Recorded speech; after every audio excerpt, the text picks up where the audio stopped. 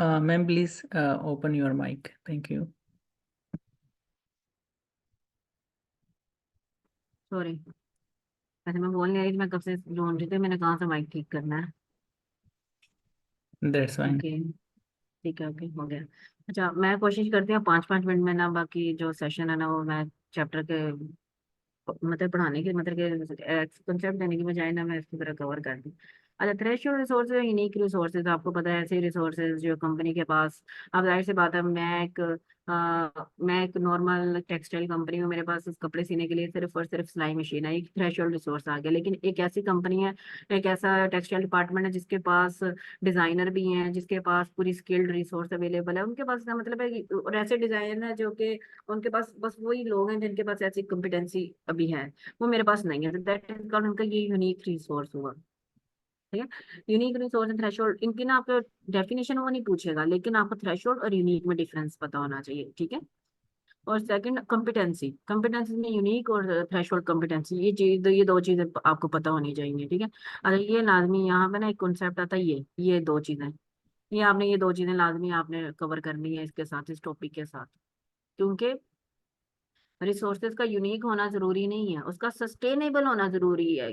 Unique resource आपको competitive advantage तब देगा जब वो सस्टेनेबल होगा, सस्टेनेबल वो ड्यूरेबिलिटी और डिफिकल्टी इमिटेट, ये लाजमी अगर है यूनिकनेस के साथ, तो फिर ही आपको कंपेटिटिव एडवांटेज मिलेगा, वरना आपको नहीं मिलेगा। तो ये लाजमी आप इस चीज का जब आप स्टडी करें, आपको मतलब आपको कंपिटेंसी और रिसोर्सेज की डेफिनेशन याद नहीं करनी, मतलब आपके माइंड में आपने वर्ड यूज करना है वहां पे एग्जामिनेशन हॉल में। It's threshold resource, it's threshold competency, it's not the unique. वहां पे ये नहीं पूछना ये बेसिक कॉम्पिटेंसी ये सबके पास है, तो आपने एक वर्ड में उसको, जब आप ये वर्ड लिख देंगे एग्जामिनर को पता होगा इसको सब कुछ पता है। ठीक है, आप यूनिक रिसोर्स के साथ आप ये नहीं कहेंगे कि उसकी जिंदगी बहुत छोटी है, ये आप उसकी उसकी ड्यूरेबिलिटी, ये that is called the vocabulary, durability, difficulty to imitate, ये वोकैबुलरी है। इसकी जगह आप इन पूरी लाइन लिखने की बजाय अगर आप ये वर्ड लिख देंगे ना, तो एग्जामिनर जो आपको, क्योंकि आप वो देखना चाह रहा है, आप वो बेसिकली आपको एक फ्यूचर चार्टर्ड अकाउंटेंट देखना चाह रहा है, वो देखना चाह रहा है इसके अंदर वो कैपेबिलिटी है, वो मतलब सोचने की मतलब वो जो ये कहना चाह रहा है, वो वोकैबुलरी है इसके अंदर। अच्छा, ये दो चीजें हैं। ठीक है, अगर आप, मैं हूं तो मैं लाजमी ये दो इस पूरे पेज में बस ये दो बातें और ये ऊपर से ये दो चार वर्ड है, वो डेफिनेशन भी याद करने का नहीं कह रही मैं, पढ़ना बहुत जरूरी है। ये देख लें, ये यहाँ पे छोटा सा स्केच बना हुआ है, ये समरी कर लें, ऊपर से durability and difficulty to imitate, ये दो वर्ड अपने माइंड में रख लें, इस स्केच के साथ वो दो वर्ड लिख लें। क्योंकि एग्जाम क्या कहते हैं, पेपर की रात है, आपने पूरी किताब नहीं पढ़नी। ठीक है, और जब ये स्केच देखेंगे पूरा आपको याद, क्योंकि presence of mind, presence of mind क्या है, जब आप एक चीज रात को देखी होगी। ठीक है, पोर्टर का वो मॉडर्न क्या कहते हैं, पोर्टर 5 फोर्सेस का वो स्केच देखना है, इस तरह अपने माइंड में ना एग्जाम की रात को पहले से प्लान करके देखना है कि इस चैप्टर को मैंने कवर कैसे करना होता है, मैं कैसे 10 मिनट के अंदर ये चैप्टर कवर कर दूंगा। अब एक बच्चा चैप्टर नंबर 2 10 मिनट में कवर कर देगा, एग्जाम की रात में उसने 5 मिनट में फर्स्ट ईयर पढ़ना है, 5 मिनट में उसने पोर्टर पढ़ना है, उसमें उसने अपने वर्ड में अपने माइंड में क्या फ्रेश करना है, पॉलिटिकल इकोनॉमिक सोशल दिए वो बस, इससे ज्यादा कुछ नहीं। अच्छा जी, ये डायनामिक कैपेबिलिटी का वर्ड लाजमी आप याद रखें, इसकी छोटा सा लाजमी, क्योंकि ये वो आपने वक्त के साथ अपने एनवायरनमेंट के साथ अपने आप को चेंज करना होता है, तो अपने ये वोकेबलरी है। ठीक है, उसके लिए तो एनवायरनमेंट सारा चेंज हो रहा है, तो हमारे अंदर कैपेबिलिटी है कि नहीं, हम वक्त के साथ चल रहे हैं कि नहीं चल रहे, that is called dynamic capability, according to the environment हम अपने आप को अपने ऑपरेशन वगैरह चेंज कर रहे हैं। वे टू अचीव, ये लाजमी, way to achieve cost efficiency, cost efficiency, cost of economy, ज्यादा नंबर ऑफ प्रोडक्ट प्रोड्यूस कर दो, इकोनॉमीज ऑफ स्कोप, मतलब ये कि एक कंपनी की बजाय 5 कंपनियां बना लो। ठीक है, उसी रिसोर्सेज, सेम रिसोर्सेज है, मतलब ये कि तब भी हमें कहीं ना कहीं हम कॉस्ट, हम अपने क्या कहते हैं ऑपरेशन डिपार्टमेंट को, अकाउंटिंग डिपार्टमेंट को, मतलब दूसरे बहुत से डिपार्टमेंट को हम एक साथ यूज कर सकते हैं डिफरेंट कंपनीज में। ठीक है, नंबर ऑफ प्रोडक्ट ज्यादा प्रोड्यूस करें, और एक कंपनी जो मेन कंपनी है वो अपने नंबर ऑफ कंपनीज को ज्यादा मतलब कंपनीज इंक्रीज करते हैं, दैट इज कॉल्ड स्कोप में और स्केल में ये फर्क है। स्वॉट एनालिसिस, अच्छा स्वॉट एनालिसिस में लाजमी यहाँ पे ना ये थोड़ा सा ना इसको एक दफा ना पढ़ लीजिएगा सारे। अच्छा, ये मॉडल बहुत इंपॉर्टेंट है, ये वायरो लिखा हुआ है, और यहाँ पे मुझे लगता है कि सारे स्टूडेंट इसको वायरो ही लेते हैं। ये वायरो नहीं है, इसके साथ ना छोटी सी करेक्शन कर लो, ये VIRO नहीं है, ये VRIO वीरियो है। आप लिखें इसके साथ वी, पहले वी लिखो, RIO, ठीक है, VRIO। अच्छा, अब मैं छोटा सा ना, मैं अगर मेरा, क्योंकि मुझे ज्यादातर टूल्स इस्तेमाल करने नहीं आते, लेकिन मैं जो बोल रही हूँ ना, आपने उसके साथ ना एक छोटा सा चार्ट बना लें, ठीक है। इसमें मैं सिर्फ 5 मिनट लूंगी, क्योंकि ये गलत है यहाँ पे। सबसे पहले आता है वैल्यूएबल, ठीक है। अब एक प्रोडक्ट, एक कोई रिसोर्स है, वो हमारा वैल्यूएबल है कि नहीं है, ठीक है। आप इसके आगे एक एक आप इसको ना हॉरिजॉन्टल वे में बनाएं, ठीक है, क्योंकि पहले हमें रेयर लिखना है, फिर उसके बाद हमें सॉरी वैल्यू लिखना है, रेयर लिखना है, इमिटेबल और ऑर्गेनाइज ये लिखना है। तो वैल्यू के साथ अगर ये यस है तो फिर ये रेयर में चला जाता है, वैल्यूएबल है। आगे फिर रेयर, मतलब ये नहीं कि उसके रेयर वैल्यूएबल होने से रेयर में, हम इसकी क्लास कर रहे हैं, मतलब क्लासिफिकेशन कर रहे हैं। वैल्यूएबल है, ओके है, हाँ है, तो फिर हम नेक्स्ट स्टेप देखेंगे, इज इट रेयर, क्या ये रिसोर्स हमारा, क्या ये कंपिटेंसी, क्या ये रिसोर्स हमारा रेयर है, ठीक है। अगर ये हमारा रेयर नहीं है, नो आता है, तो इसके साथ लिखें कंपेटिटिव पैरिटी। रेयर, इस कंपेटिटिव पैरिटी का मतलब ये है कि ये रेयर नहीं है, लेकिन ये वैल्यूएबल है इसका। और यहाँ पे आप ये कह सकते हैं अपने आप को, एक कंपनी ये कह सकती है कि मैं कंपटीशन से ऊपर तो नहीं, अपने कंपेटिटर से ऊपर तो नहीं जा सकती, लेकिन मैं उसके बराबर हूँ अभी, वैल्यूएबल है, ठीक है। रेयर पे आते हैं, रेयर नहीं है मतलब ये सबके पास है, इसका मतलब ये कि मैं अपने कंपटीशन के बराबर हूँ, ठीक है। इसको बोलते हैं कंपेटिटिव पैरिटी। हाँ, अगर ये रेयर है, यस, दूसरा एरो दें, यस। यस के बाद फिर क्वेश्चन करेंगे, क्या इज इट इनएमिटेबल, मतलब ये कोई इसको कॉपी कर सकता है, ठीक है। अगर इसको कोई कॉपी नहीं कर, सॉरी, अगर इसको कोई कॉपी नहीं कर सकता, ठीक है, कॉपी, एक मिनट, ठीक है, तो ये इसका मतलब अगर ये फ्यूचर में रेयर है, आपके पास ही है, ठीक है, और फ्यूचर में ये कॉपी हो जाएगा, ठीक है, इनइमिटेबल है, फ्यूचर में ये कॉपी हो जाएगा, इसका मतलब ये आपके पास टेम्परेरी कंपेटिटिव एडवांटेज है। इसके साथ लिखिए, नो के साथ टेम्परेरी कंपेटिटिव एडवांटेज। मुझे बता आप लोग लिख रहे हैं कि नहीं लिख रहे हैं, मैं ज्यूम कर रही हूँ कि आप लोग लिख रहे हैं, ठीक है। ये जी जी फ्यूचर में मैम लिख नकल रहे हैं। हो जाएगा, ठीक है, इसके साथ आप नो लिखें। इसका मतलब है ये कोई टेम्परेरी कंपेटिटिव एडवांटेज है, लेकिन अगर ये फ्यूचर में नो, मतलब नहीं हो सकता, ठीक है, इनइमिटेबल है, यस आप इसके साथ लिखें। तो नेक्स्ट स्टेज आती है ऑर्गेनाइज्ड। क्या ये आपका रिसोर्स यूज हो रहा है ऑर्गेनाइज्ड वे में, क्या कंपनी इसको बेहतर तरीके से इस्तेमाल कर पा रही है, इसके बेनिफिट को एक्सप्लॉइट कर पा रही है। अगर तो इसका आंसर नो है, तो इसका मतलब ये है कि ये आपका अनयूज्ड कंपेटिटिव एडवांटेज है, मतलब कंपनी बेवकूफ है, मतलब उसको समझ ही नहीं आ रही, वो अपने कंपेटिटिव एडवांटेज उसके पास अवेलेबल है, लेकिन उसको यूज नहीं कर पा रही। हाँ, अगर ये ऑर्गेनाइज्ड फॉर्म में है, तो इसका मतलब ये है कि ये सस्टेन्ड कंपेटिटिव एडवांटेज है। तो बस एक छोटा सा चार्ट है, ये मेरे पास बना भी हुआ है, मैं एक ग्रुप में शेयर भी कर दूंगी, ठीक है। अगर जिसने नहीं भी बनाया, जिसको समझ नहीं भी आई, तो मैं ये शेयर, मेरे पास जब मैंने पढ़ा था तो मैंने बनाया था, तो मेरे नोट्स तो पढ़े हैं मेरे पास, ये मैं शेयर कर दूंगी अगर जिसको नहीं भी पता चला कि मैं क्या क्या रही हूँ।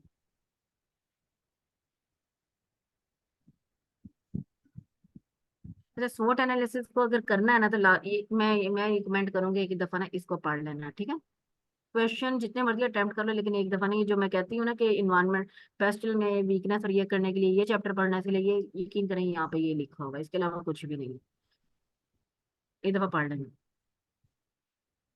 अच्छा, मैं आपकी कोशिश करूंगी कि मैंने वीडियो को माइंड में लाजमी रखा था, कि मुझे पता है कि यहाँ पे ना गलत लिखा होगा, ये समझ नहीं आनी। जब थ्रेश होल्ड और यूनिक रिसोर्सेज की बात होगी ना, तब आपने वीडियो मॉडल लगाना है एग्जामिनेशन हॉल में, ठीक है। अच्छा, चैप्टर नंबर 7 पर आ गई हूँ अचानक से।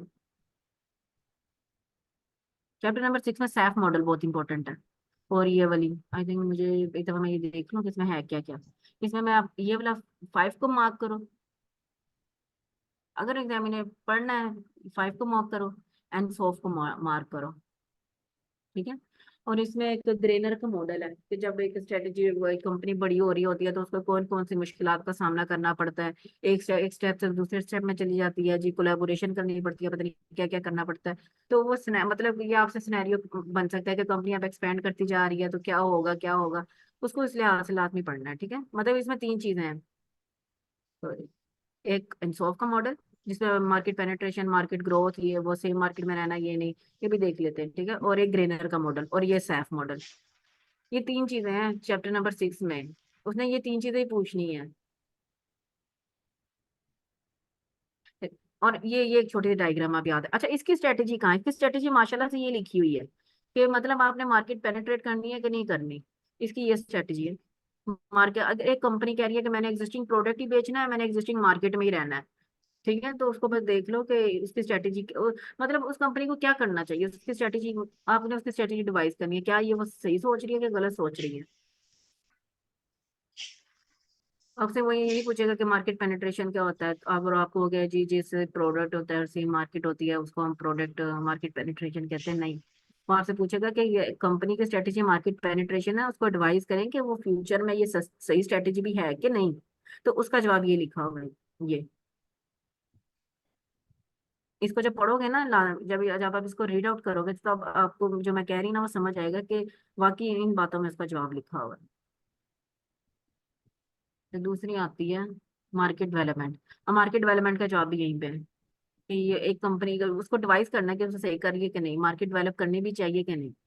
अच्छा, product development, product development company कह रही है मैंने नया प्रोडक्ट डेवलप करना है, तो उसका जवाब ये है कि क्या उसके पास स्ट्रॉन्ग ब्रांड नेम है। हम ये सारी चीजें चेक करेंगे, क्वेश्चन में ना कहीं लिखा होगा कंपनी का कोई नाम ही नहीं है, कंपनी को कोई पहचानता ही नहीं है, तो आप कहेंगे भाई उसका तो कोई स्ट्रॉन्ग ब्रांड ही नहीं है, ठीक है।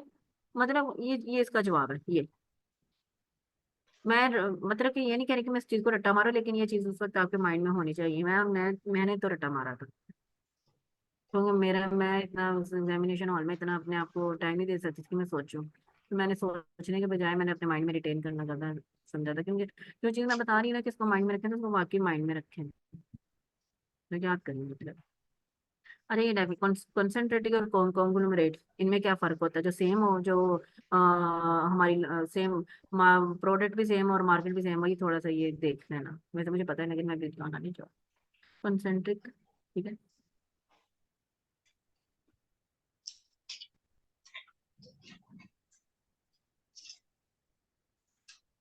कॉन्ग्लोमरेट।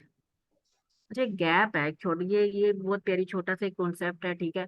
ये गैप का मतलब ये है कि अगर एक्सपेक्टेशन हमारी ये, सॉरी, हमारा टारगेट ये, ठीक है, अगर एक्सपेक्टेड ये है, क्या है मेरा, हम यहाँ पे खड़े हुए हैं, ठीक है। अगर हम, मैं सोच रही हूँ कि अगर मैं सारी की सारी स्ट्रेटेजी मैंने मार्केट डेवलपमेंट, मतलब अगर मैं मार्केट पेनिट्रेशन पे रहती हूँ तो मेरी ग्रोथ ही है, मैं यहाँ पे हूँ, ये एक्सपेक्टेड है, ठीक है। यहाँ पे आप ग्रोथ लिख लो, यहाँ पे आप टाइम लिख लो, ठीक है। अगर मैं मार्केट पेनिट्रेशन पे रहती हूँ तो मैं सेम ही ग्रोथ पर खेल यहीं पे खड़ी रहूंगी, ठीक है। हाँ, अगर मैं अपनी स्ट्रेटेजी, ये मैं एक ना गैप एनालिसिस कर रही हूँ कि अगर मैं स्ट्रेटेजी प्रोडक्ट डेवलपमेंट, ये कहीं पे भी कुछ भी आ सकता है, ठीक है। बस इसके डायग्राम को समझें। यहाँ पे आप ग्रोथ लिख लें, बेशक लिखा नहीं हुआ, ठीक है। और यहाँ पे ईयर, अगर मैं सेम स्ट्रेटेजी फॉलो करता रहूँ, सेम मार्केट और सेम है, तो मैं यहाँ पे खड़ा हूँ इसी तरह। और अगर मैं कोई स्ट्रेटेजी फॉलो नहीं करता, मतलब मैं ना डाइवर्सिफिकेशन करती ना product market development product development, तो मैं यहाँ पर हूँ। ये just an analysis, gap analysis.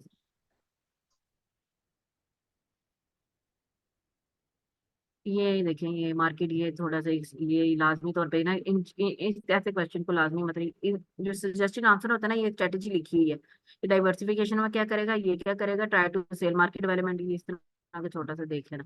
अच्छा, विड्रॉल, विड्रॉल इसको थोड़ा सा काइंडली जरा अच्छी तरह कीजिएगा, ठीक है। इसमें ना समझ आए तो लाजमी पूछिएगा, क्योंकि कंपनी विड्रॉ करती है तो किस सिचुएशन में करती है और क्यों करती है, ये थोड़ा सा यहाँ पे लिखा हुआ है, ठीक है।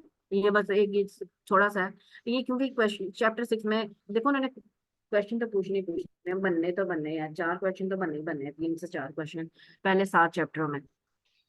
तो विड्रॉल भी जरा देख लीजिएगा, क्योंकि जब एंड ऑफ आना तो कोई कोई ऐसी कंपनी होनी है जिसने विड्रॉ की तरफ जाना ही जाना, तो विड्रॉल का आंसर यहाँ से, और यहाँ की करेंगे यहीं से। यहाँ पे कुछ वर्डिंग है, करेक्टिव स्ट्रेटेजी क्या होती है, ठीक है। इस ये थोड़ी वोकेबलरी है आपकी, वो क्या, इसको ये वोकेबलरी में मार्क करें। अच्छा, इसमें साथ करेक्टिव के साथ साथ यहाँ पे और भी है, कंसोलिडेटेड और करेक्टिव, ये दो है, ठीक है। यहाँ लाजमी तौर पे याद रखना है आपने। इसमें ना समझ आए कंसोलिडेटेड क्या होती है, करेक्टिव क्या होती है, तो काइंडली ग्रुप में पूछिएगा। ये ग्रेनर का मॉडल है, ठीक है। इसमें इसको जब आप इसको पढ़ेंगे ना, तो आपने लाजमी एज ए एग्जामिनर बनकर सोचना है कि इसमें कैसे क्वेश्चन आ सकता है, मतलब पहले एक कंपनी है वो नई नई बनी है, उसका ना कोई बुक्स रजिस्टर, ना बुक्स मेंटेन कर रही है, ना वो ये कर रही है। इसका मतलब ये है कि वो यहाँ पर क्राइसिस का फेज ये वो, खुद इसको ना जब स्टडी करेंगे ना समझ आए तो हम इस पे दोबारा डिस्कशन कर लेंगे। लेकिन इम्पोर्टेंट है, क्योंकि हम मैट्रिक वगैरह में जो क्वेश्चन रिपीट होते हैं तो हम कहते हैं वो इम्पोर्टेंट, हम या मैं यहाँ पे कहूँगी जो चीज़ टेस्ट नहीं हुई वो ज्यादा इंपॉर्टेंट है।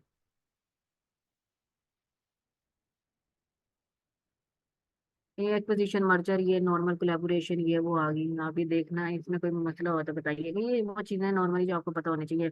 मर्जर के क्या बेनिफिट है, इकोनॉमीज ऑफ स्केल बढ़ जाते हैं, ये वो छोटे मोटे फायदे नहीं लिखे हुए। Integration, horizontal integration, vertical integration, मैं बिल्कुल नहीं सजेस्ट करी कि आप कुछ छोड़ें, आपको पढ़ना चाहिए, सब पढ़ना चाहिए। ये थोड़ा सा अजीब सा है। इसको बेशक लीस्ट, इस चैप्टर में लीस्ट इंपॉर्टेंट मतलब फाइनल में रखें, सबसे एंड में मैंने इसको ही देखना। और ये मैंने सिर्फ और सिर्फ इस टॉपिक को 5 मिनट या 10 मिनट देने हैं बस। अच्छा, ये सबसे इंपॉर्टेंट है इस चैप्टर में, जो बार बार बार बार पूछता है वो यही पूछता है, सूटेबिलिटी, एक्सेप्टेबिलिटी, फिजिबिलिटी। सूटेबिलिटी क्या है? मेरा ऑब्जेक्टिव ये है कि मैंने पैसे बनाने हैं ठीक है, मेरी कंपनी का ऑब्जेक्टिव ये है, सॉरी।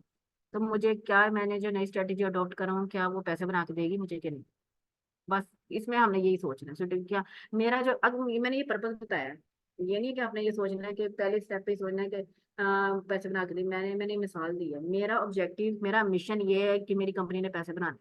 अच्छा, मेरा ऑब्जेक्टिव ये है, सॉरी, मेरा मिशन और ऑब्जेक्टिव ये है कि मैंने अपने कस्टमर को रिलायबल प्रोडक्ट देना और कम कीमत पे देना। क्या मैं जो नया प्रोडक्ट या नई मेडिसिन लॉन्च करने लगा हूँ कि ये रिलायबल है, मतलब सॉरी रिलायबल कह रही हूँ, कम कॉस्ट पे अवेलेबल है टू द कस्टमर। ये इस तरह की छोटी छोटी में कोई भी स्ट्रेटेजी, कोई भी मेरा मिशन या ऑब्जेक्टिव, सॉरी मिशन ऑब्जेक्टिव यहाँ नहीं, मिशन एंड ऑब्जेक्टिव को जो मीट करेगी वो सुटेबिलिटी में जाएगी। इसके साथ मिशन और ऑब्जेक्टिव लिख लें। कोई भी स्ट्रेटेजी जो मैं बनाने लगी हूँ मेरे मिशन और ऑब्जेक्टिव तक पूरा उतर रही है, शेयर होल्डर को कबूल है, क्या हमारी ऐसी कैपेबिलिटी है कि हमारे रिसोर्सेज, जितने भी रिसोर्सेज हमने पढ़े थे ना, टेंजिबल और इनटेंजिबल, क्या वो सारे रिसोर्सेज हमारे पास हैं करने के लिए? बस इसके साथ कुछ भी नहीं है ये।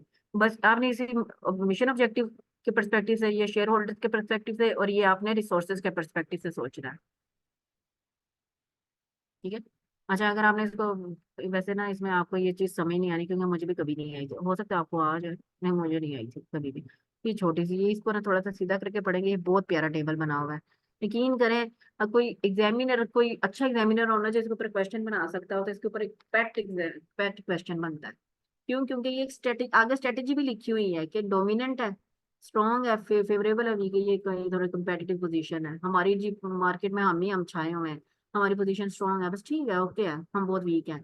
ठीक है, और हमारी इंडस्ट्री ग्रोथ फेज में है, सॉरी इंट्रोडक्शन फेज में है। यहाँ पे ना आपका कंपटीशन के लिहाज से है, और यहाँ पे आपके प्रोडक्ट प्रोडक्ट लाइफ साइकिल के लिहाज से, प्रोडक्ट लाइफ साइकिल बोलते हैं ना, हाँ। इंट्रोडक्शन, ग्रोथ, मेच्योरिटी, इस तरह आ जाती है, डिक्लाइन। अच्छा, उसमें स्ट्रेटेजी क्या बनाएंगे? हम डोमिनेंट है और हमारी जी इंट्रोडक्शन फेज ऑफ, अभी कंपनी नई नई बनी है, तो हम ये स्ट्रेटेजी अपनाएंगे। और जी हम ग्रोथ में है और हम डोमिनेंट में है, तो हम ये स्ट्रेटेजी, ये सारी स्ट्रेटेजीज लिखी हुई है। ठीक है। अच्छा, इसमें ना थोड़े ये फोकस, फास्ट ग्रो, इनका ना मतलब होता है स्पेसिफिकली, ना समझ आए तो मुझसे पूछ लेना। हार्वेस्ट का मतलब यहाँ पे एक लिखा हुआ है, ना आए तो मुझसे पूछ लेना, लेकिन यहाँ पे ये बहुत इंपॉर्टेंट है। मैं इसको इम्पोर्टेंट कहूंगी, ये मोस्ट इंपॉर्टेंट है इस चैप्टर का। अगर कोई क्वेश्चन, अगर कोई अक्लमंद इंसान होता है लाजमी इसमें क्वेश्चन ना आए तो बन सकता है। अच्छा, ये कुछ भी नहीं है, मतलब कि छोटी, ये जो मैंने आपसे कह रही थी ना कि हम अफोर्ड कर सकते हैं, ये कर सकते हैं, हमारे पास स्किल है, एम्प्लॉय है, तो ये सारा वही लिखा हुआ है। एक दफा भी पढ़ेंगे ना ये सब, क्या कहते हैं, तो आप कवर कर लेंगे। अच्छा, चैप्टर 7 आ गया। चैप्टर 7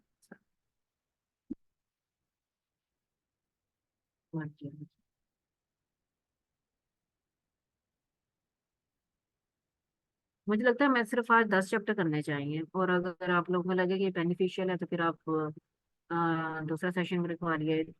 मुझे वैसे प्रॉब्लम नहीं है इसको लंबा करने की, मैं अवेलेबल ही हूँ। आई थिंक चैप्टर 7 स्टार्ट हो गया।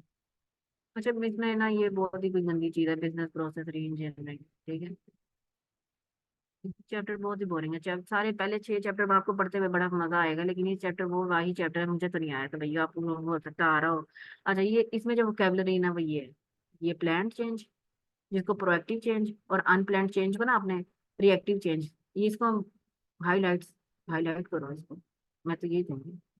तो ये प्यारी टर्म्स हैं ये, unplanned, planned, proactive, reactive. Incremental change, एक छोटी छोटी चेंज हम कर रहे हैं, ठीक है, कंपनी छोटी, तो हम ये नहीं कहेंगे there is a small change, हम कहेंगे there is an incremental change. और कंपनी जी अपनी पूरी डिवीजन को, नई डिवीजन मतलब कि पूरा उसको ट्रांसफॉर्म कर रही है, तो हम कहेंगे there is a transformal transformation. हाँ, ये वोकेबलरी है, ये 4 वर्ड्स है इसके अंदर। पॉलिटिकल, ये पेस्टल है बेटा, ये सारा के सारा पेस्टल है। कंपनी क्यों चेंज होती है? एक्सटर्नल इन्वायरमेंट की वजह से चेंज होती है ना, तो हम इसमें पेस्टल सोचेंगे, ये पेस्टल है सारा का सारा, ये सारा पेस्टल है। ये इंटरनल फैक्टर आ गए, मैनेजमेंट, ये वो ये जॉब एटीट्यूड टू चेंज, ये उनको डर लगता है, उनको ये होता है वो होता है, ये अजीब सी बातें लिखी हुई हैं। सोशल रीजन होता है, उनका पर्सनल रीजन होता है, ये तो बस देख लेना है इसको। अच्छा, मेरे पेपर में ना आया था, और किस पेपर में आया था मुझे अभी याद नहीं पड़ रहा। हाँ, मैंने अभी बताया था कि पता नहीं मेरा पेपर पहले टाइम में फेल हुआ था या दूसरे टाइम में मेरा, सॉरी, पास हुआ था। मेरा पेपर दूसरे टाइम में पास हुआ था, क्योंकि मेरा पहले टाइम में ना शायद तैयारी अच्छी नहीं थी लाजमी।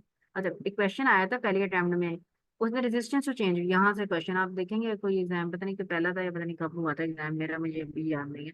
तो उसने क्वेश्चन यहाँ से पूछा था, ये स्ट्रेटेजिक चेंज है, और इसमें पता नहीं यहाँ पे कोई है। अच्छा, ये थोड़ा सा ना, ये हमने पुराने अपनी फील्ड में कैफ में भी पढ़ा हुआ है, ठीक है, ये सारे के सारे, इसमें कुछ आपको मसला हो तो बताइएगा।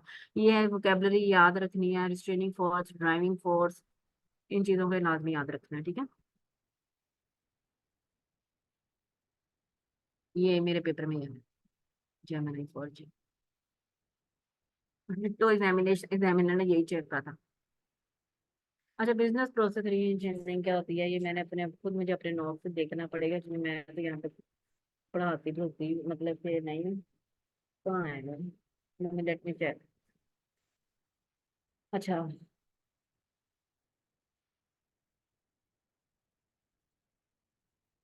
अच्छा, इसमें बेसिकली ना हम एक चेंज ला रहे होते हैं अपने पूरे के पूरे प्रोसेस में। अगर आपको इसमें कोई मसला हो ना, तो मेरे पास स्केच बना हुआ है, मैं ये शेयर कर दूंगी, क्योंकि मैं यहाँ पे अगर इसको पढ़ाने लगी तो फिर ये थोड़ा सा क्योंकि यहाँ पे आप जब भी इसको पढ़ेंगे ना, ये कुछ भी नहीं है, ये कुछ समझ नहीं आनी, किसी को भी नहीं आनी, लेकिन पेपर में आना है कि जी बिजनेस प्रोसेस री इंजीनियरिंग करनी है, और आपने पेपर में ये पढ़ा हो, मतलब कि एग्जामिनेशन में ये पढ़ा हुआ है, ये कुछ भी नहीं समझ आना इसमें।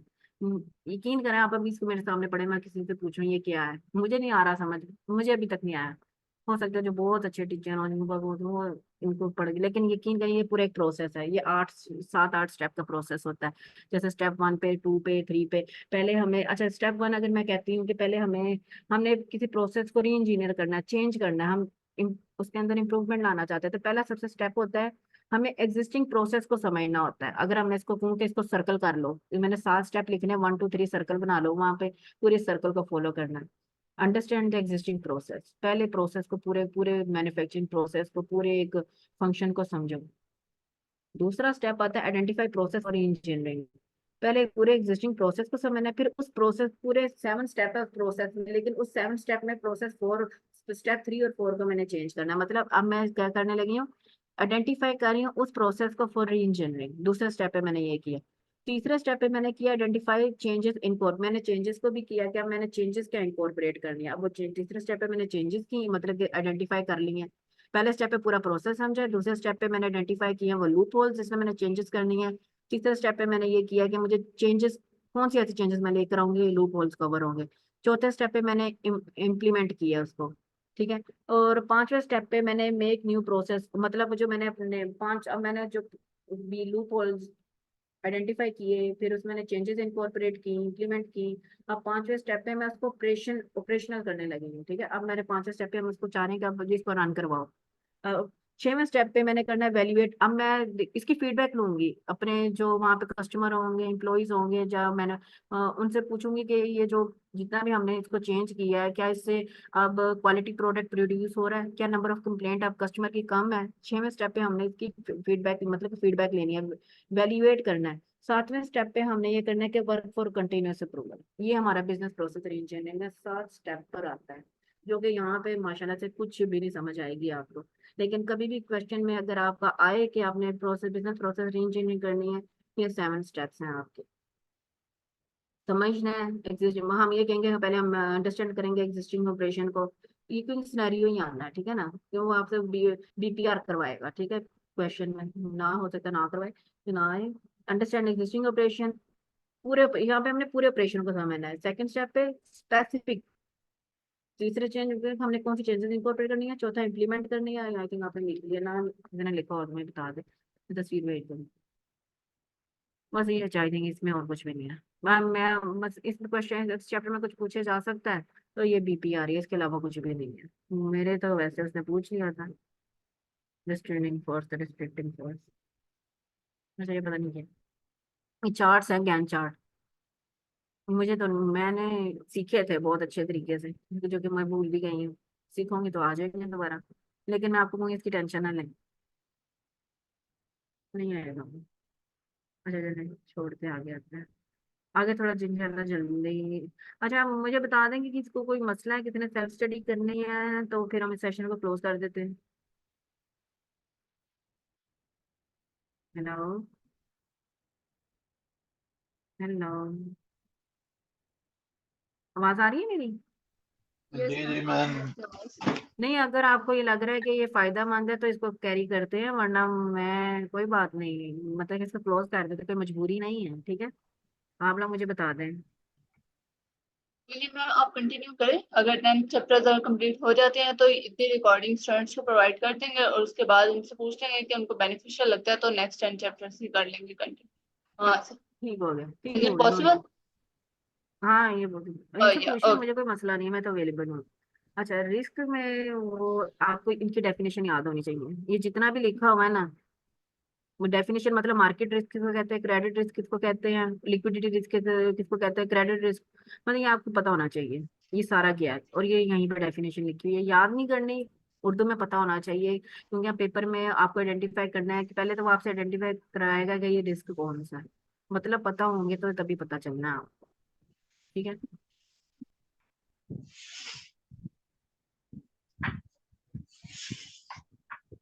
और इतने ज्यादा जो पेजेस लिखे हुए हैं ना, इसको एक दफा पढ़ लेना तो सारे रिस्क आपको समझ आ जाने कि मैं मार्केट रिस्क क्या है, क्रेडिट रिस्क क्या है, ये क्या वो क्या है। ये थोड़ा देख लें आप। अच्छा ये छोटी छोटी डेफिनेशन होती है, रेजिडुअल रिस्क क्या होता है, ये लाजमी तौर पे आपने करना है। रेजिडुअल रिस्क, लेकिन ना जाहिर सी बात है, एक रिस्क है उसको कवर करने, मिटिगेट करने के लिए हमने कोई ना कोई स्ट्रेटेजी बनाई है, लेकिन 100% तो कभी भी कोई रिस्क कवर नहीं होता ना, जो रिस्क बच जाता है उसको हम रेजिडुअल रिस्क में लेके आएंगे।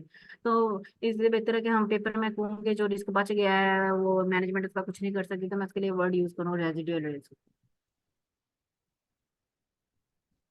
वोकेबलरी इस वजह से कह रही हूँ क्योंकि तभी एग्जामिनर को इम्प्रेस, बेशक आपको कुछ कुछ कॉन्सेप्ट पता है, डॉग्स ये वो, क्वेश्चन मार्क ये वो सब पता है, लेकिन अगर आप उसमें थोड़ी सी वैल्यू एडिशन कर देंगे ना अपनी वोकेबलरी की, यकीन करें आपका पेपर पास हो जाएगा। Concept plus vocabulary, risk appetite, आप कंपनी स्ट्रेटेजी, कंपनी जी अपनी 100 मिलियन है, कंपनी 100 मिलियन के 100 मिलियन की इन्वेस्टमेंट करने लगी है, वो आपसे पूछेगा कि जी बताएं, पहले आप कहेंगे ये रिस्क है, फिर हम कहेंगे हमने ये स्ट्रेटेजी लगाई है, ये रेजिडुअल रिस्क है, फिर हम कहेंगे it depends on the companies appetite, risk appetite of the company, क्या मैनेजमेंट इतनी उसके अंदर मतलब कि वो ले सकती है कि नहीं ले सकती रिस्क, ठीक है। कैपेसिटी है लॉसेस बेयर करने की, क्या उसके अंदर पोटेंशियल है, ये छोटा सा है। रिस्क आइडेंटिफिकेशन, ये छोटा सा एक स्टेप होता है कि आप रिस्क को क्या कहते हैं, किसी भी कंपनी में अगर या कोई कहीं पे भी हम रिस्क को, पहले हम रिस्क को आइडेंटिफाई करेंगे, ठीक है, रिस्क को आइडेंटिफाई के बाद हम उसके असेसमेंट देखेंगे, फिर उसकी मेजरमेंट देखेंगे। बस ये छोटे लाइकलीहुड, आपने आपको पता होगा इसका मॉडल है प्रॉपर वे में, यहाँ पे बहुत ज्यादा मॉडल बने हुए हैं। ये आ गया ये टेबल इज आइडेंटिटी, इसको याद करना है, ठीक है। इसमें कौन से ऐसा जो इमीडिएट एक्शन रिक्वायर्ड है, जैसे मैंने 5 फोर्सेस का कहा था ना, टेबल याद करना है, इस टेबल को अपने माइंड में रखना है, मैनलॉस का टेबल अपने माइंड में रखना है, ठीक है, ये टेबल आपने ये माइंड में रखना है। ये आप इस टेबल को देखेंगे, ये आप सारा के सारा, आपको पहले इस चैप्टर में आपको मार्केट रिस्क की डेफिनेशन का पता होना चाहिए, रेजिडुअल रिस्क, रिस्क एपिटाइट, इन चीजों का पता होना चाहिए, और बाद में ये मॉडल है, क्योंकि एग्जाम में आना है, उसने आपसे रिस्क आइडेंटिफाई करवाने हैं, आइडेंटिफिकेशन करवानी है, उसकी असेसमेंट करवानी है, असेसमेंट वो इसके भी कोई ना कोई यहाँ पे अवेलेबल होता है कि असेसमेंट किसे कहते हैं, ठीक है ना, क्योंकि हर चीज का यहाँ पे कोई ना कोई मतलब है कि आइडेंटिफिकेशन क्या है और उसकी असेसमेंट क्या है। एक मिनट दीजिए मुझे, मैंने इस पे शायद इस पे भी कुछ लिखा है।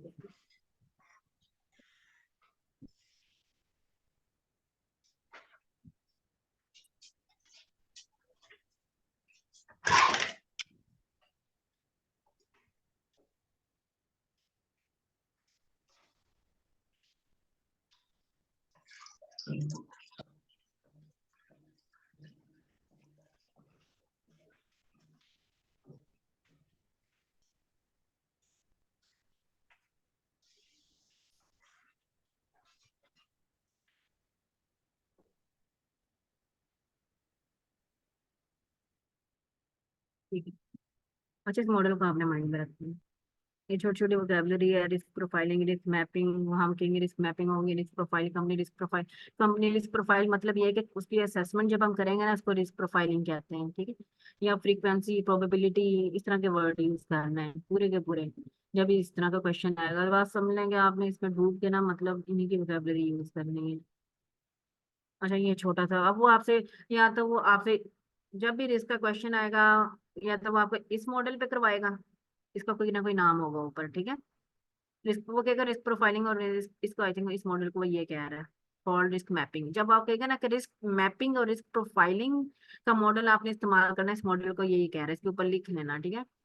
तो तब आपने ये वाला डब्बा यूज करना है, बॉक्स यूज करना, सॉरी, ठीक है। और जब आपसे कहेगा कि रिस्क डैशबोर्ड, तो तब आपने आपने ये वाला यूज करना है, ठीक है। और वो अगर आपसे वो कहेगा अलार्म, तो आपने तब इसका ये वाला यूज करना है। देखो, ये तीन मॉडल्स हैं इसको एनालाइज करने के लिए। अगर या तो एग्जामिनर आपको ओपन एंडेड छोड़ेगा, या तो वो नाम बताएगा, तो आप अपना नाम के साथ ना इसको जरा काइंडली जरा इंटीग्रेट वो एसोसिएट कर लीजिएगा। अच्छा, ये चैप्टर में और कुछ नहीं है, वो तीन मॉडल है और डेफिनेशन कुछ नहीं है, मतलब आपने गाना कैसी कह रही कुछ नहीं है, वो कुछ है, हमने नहीं पढ़ना है। लेकिन ये कि इस तरह सोचें कि इसमें कुछ नहीं है, यकीन करें, फिर आपकी पेपर आराम से पास हो जाएगा। जब इजी अपने लिए करेंगे तो ये होगा।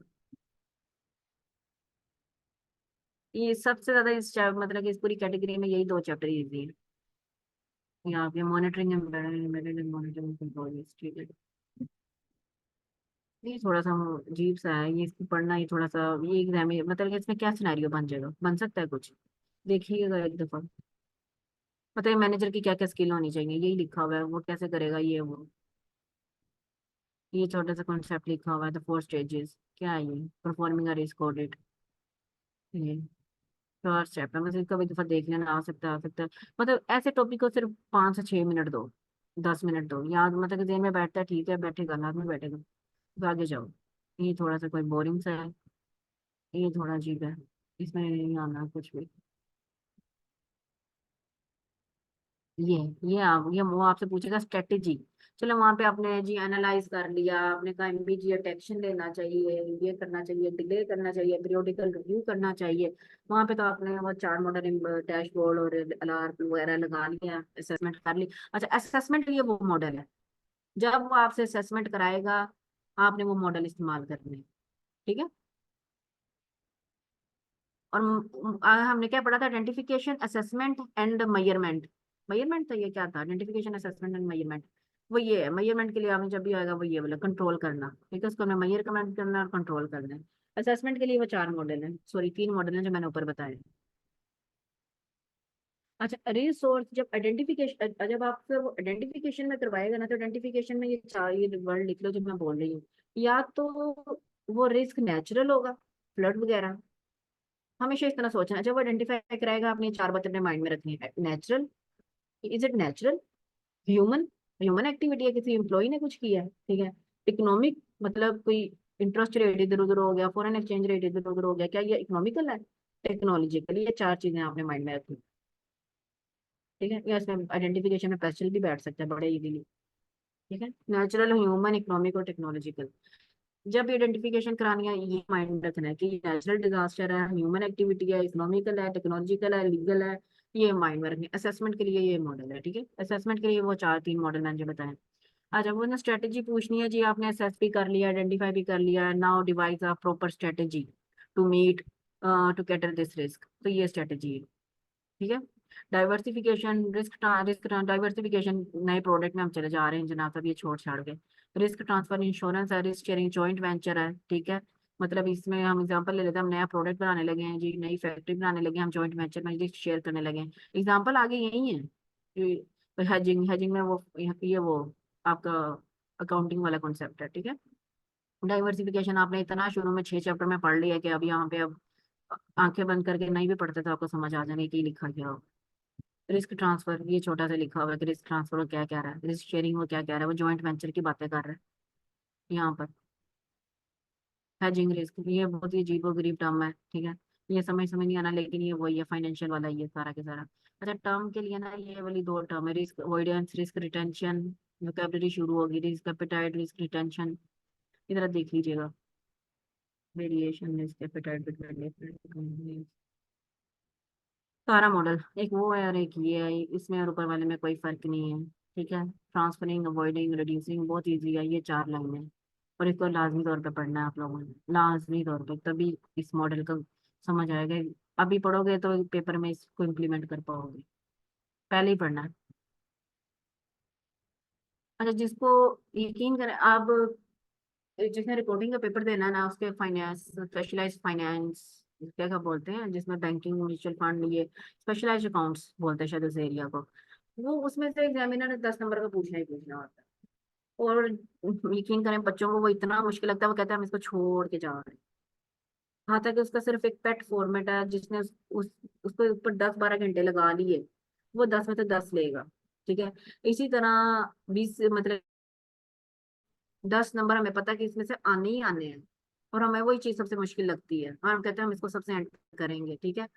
तो हमेशा हम आपको पता है इसमें से, मुझे नहीं पता चैप्टर 6 में से आना है नहीं आना, 2 में से आना है, लेकिन मुझे एक चीज पता है कि चैप्टर नंबर 10 से एक क्वेश्चन 10 से 12 नंबर का आना ही आना है। 10 नंबर से तो एक नंबर कम नहीं आना है, मिनिमम 10 है, और मैक्सिमम 10, 12, 14 जितने भी आते हैं, इतने का तो आना ही आना है। तो क्यों ना, जब ये चीज हमें एक गैस पूरा पता है किस चीज से आना ही आना है, तो हम उस चैप्टर को पानी की तरह क्यों नहीं याद कर लेते। यकीन करें, इसमें से आप करेंगे 10 में से मैंने 8 नंबर, इस चैप्टर में से कोई भी क्वेश्चन वो पूछेगा, मैंने 10 में से 8 नंबर लेने हैं। एक पूरा दिन इस चैप्टर को दे, लेकिन 8 नंबर निकालने हैं अपने।